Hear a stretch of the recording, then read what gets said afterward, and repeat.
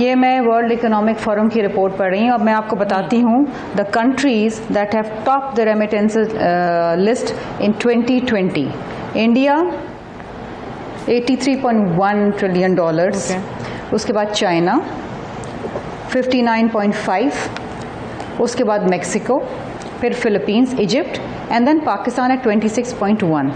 तो ये जो बात कर रहे हैं ना कि जी ड्रॉप हुआ है 9%, नहीं, India is the highest recipient और सबसे ज्यादा फॉरेन डायरेक्ट इन्वेस्टमेंट इंडिया के अंदर हुई है। मैं बात कर लूं मेरे भाई, कोई बात नहीं, हो जाता है। India is the highest recipient of foreign direct investment. Hello friends, जय हिंद। हिंदुस्तान स्पेशल में आपका स्वागत है दोस्तों। जैसा कि दोस्तों आपने क्लिप में देखा, शर्मिला फारूकी ने इमरान के पोपट मंत्री की बैंड बजा कर रख दी है। दरअसल इमरान का पोपट मंत्री शहबाज गिल भारत पर फॉरेन डायरेक्ट इन्वेस्टमेंट पर झूठ पे झूठ बोल रहा था और फॉरेन डायरेक्ट इन्वेस्टमेंट के फिगर्स को गलत बता रहा था। इसी पर शर्मिला फारूकी ने एग्जैक्ट फैक्ट्स एंड फिगर के साथ शहबाज गिल को आईना दिखा दिया। जब इमरान के पोपट मंत्री ने असलियत सुनी तो वो तिल मिला उठा और अपनी गलत बनाई हुई रिपोर्ट पर बौखला गया। आज की वीडियो में आप देखेंगे कैसे इमरान और इमरान के मंत्री भारत पर झूठ पे झूठ बोलते हैं और सच्चाई को छुपाने की कोशिश करते हैं। आज की वीडियो में पाकिस्तानी मीडिया ने और क्या कहा, so guys let's start this very interesting video. 383 अरब रुपए के नए टैक्सेस जो हैं वो इस बजट में लगाए गए हैं और वो कहते हैं कि जी अवाम पर इसका बोझ आएगा। पाकिस्तान को भी बहुत खदशा था रेमिटेंसेस डिक्लाइन होने का। कोविड की वजह से रेमिटेंसेस डिक्लाइन होनी थी, इंक्रीज नहीं होनी थी। आपकी रेमिटेंसेस इंक्रीज हुई हैं क्योंकि ओवरसीज पाकिस्तानी को एक तो आपने रोशन डिजिटल अकाउंट ऑफर किया है जिसमें $1.5 बिलियन तक आ चुका है उसमें। उसके अलावा उनका मौजूदा हुकूमत के ऊपर जो ट्रस्ट है वो इन्वेस्ट कर रहे हैं प्रॉपर्टी में और दूसरी चीजों में। और मैं आपको रिपीट कर रहा हूं कि हमारी और इंडिया की वर्कफोर्स मिलती जुलती है।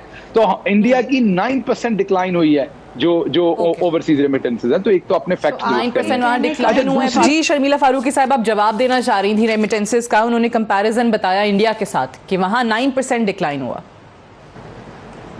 जनाब मेरे भाई हैं गिल साहब, मैं इनसे भी गुजारिश करूंगी कि थोड़ा पढ़ के आ जाया करें क्योंकि सामने वाले भी पढ़े लिखे लोग बैठते हैं आपके साथ।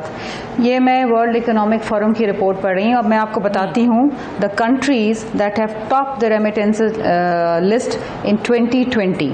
इंडिया 83.1 ट्रिलियन डॉलर्स, उसके बाद चाइना 59.5, उसके बाद मेक्सिको, फिर Philippines, Egypt and then Pakistan at 26.1।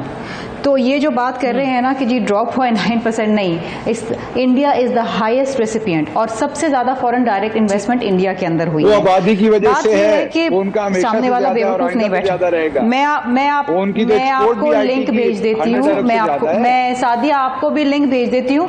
मैं पीपल्स पार्टी के सेक्रेटेरिएट से फिगर नहीं लेकर आई हूँ। मैं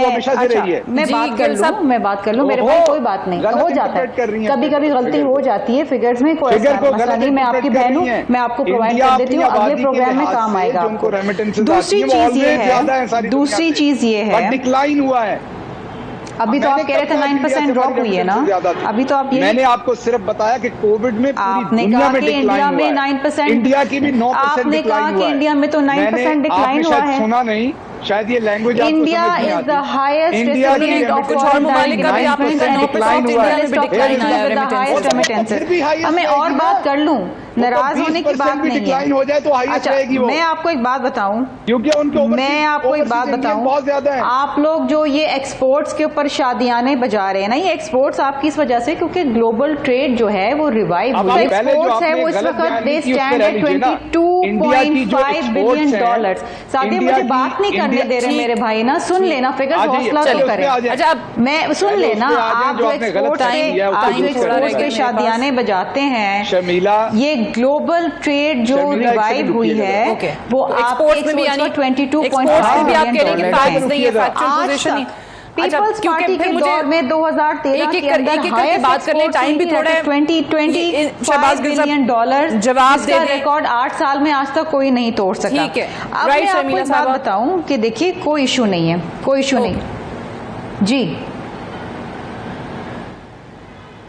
मैं तो रेमिटेंसेस का जवाब दे शहबाज गिल साहब, बड़ी सिंपल सी बात मैं कह रहा हूँ, बड़ी सिंपल सी बात है। एक एक करके जवाब देने, आवाज नहीं आती। अब बात कर लें आप गिल साहब। शर्मिला ने एक बात को जी एक तो शर्मिला ने एक बात को मिसअंडरस्टैंड किया और फिर वो री इंटरप्रेट कर रहे हैं। देखिए ये बात समझिए, इंडिया की रेमिटेंसेस पूरी दुनिया में सबसे ज्यादा हैं। रेमिटेंस ये कह रही थी कि रेमिटेंसेस पाकिस्तान में इंक्रीज होनी थी कोविड की वजह से, तो मैं इनको बता रहा था कि पूरी दुनिया में कोविड की वजह से रेमिटेंसेस कम हुई हैं।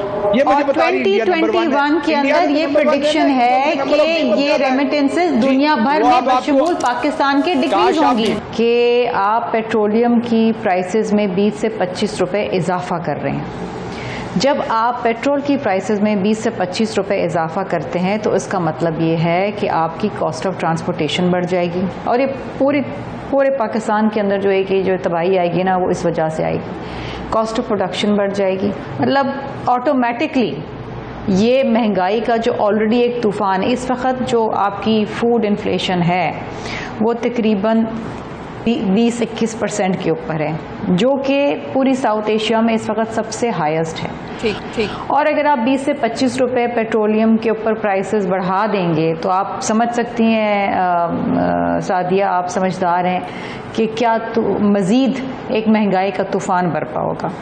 उसके बाद अगर हम 2-4 चीज़ों के ऊपर गुफ्तगू कर लें, सबसे पहले तो ये है कि बड़े फ़ख्री अंदाज के अंदर शौकत तरीन साहब ने ये बात की कि जी हम शुगर भी इंपोर्ट करेंगे, हम वीट भी इंपोर्ट करेंगे, हम पाम ऑयल भी इंपोर्ट करेंगे। अब कितनी दुख की बात है कि Pakistan being an agrarian country वो ये चीज़ें इंपोर्ट कर रही है। एक वक्त ऐसा था कि हम इन सब चीज़ों में खुद कफील थे।